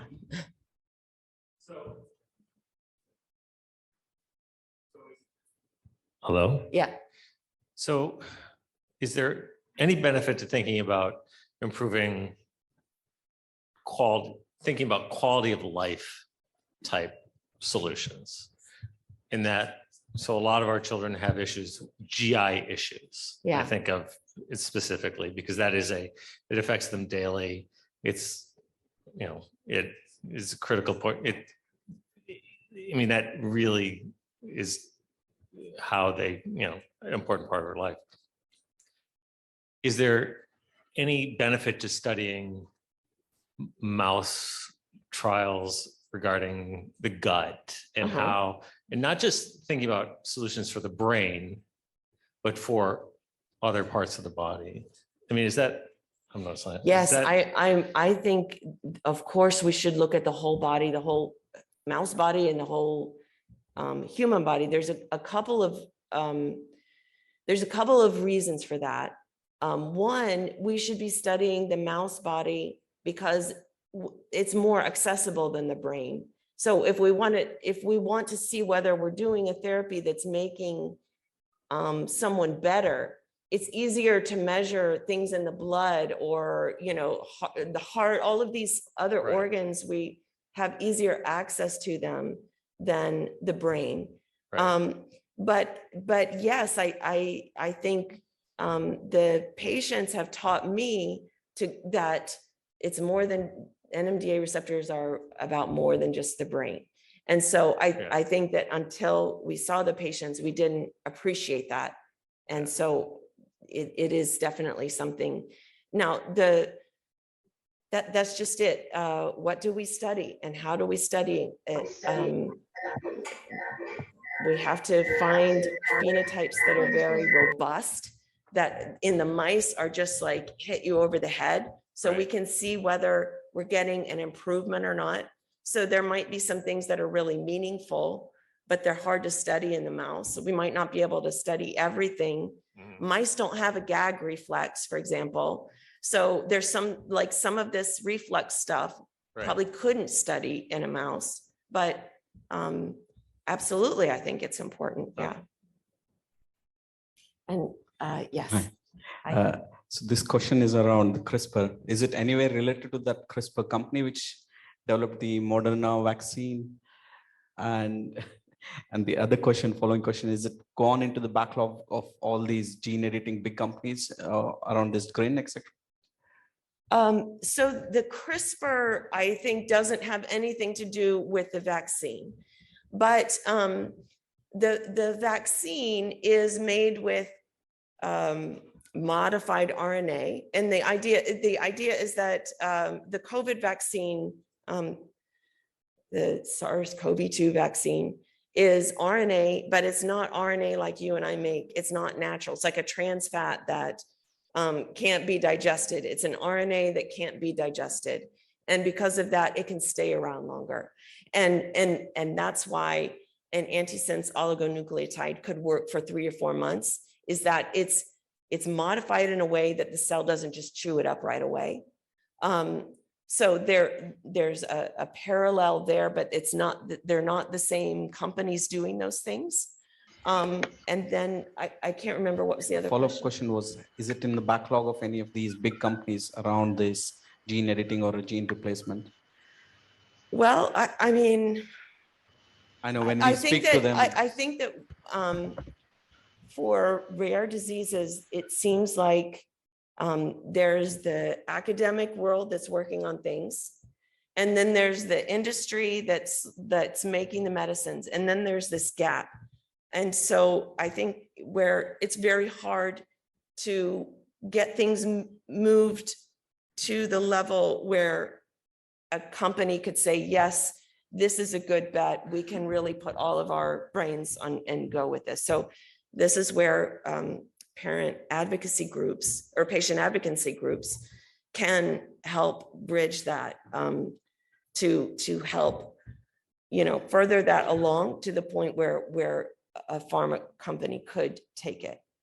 So I'm not aware of any pharma companies right now that are working on it, but I think that if there was evidence that it was working in mice and patient cells, that makes it much more likely that it could become a medicine. And I don't know. I mean, maybe universities, there are some universities that are trying to become pharma companies and, you know, just totally bypass industry and, you know, in a way to make things more affordable and not be driven by profit so much. So there, you know, there's other things besides industry as ways to get medicines.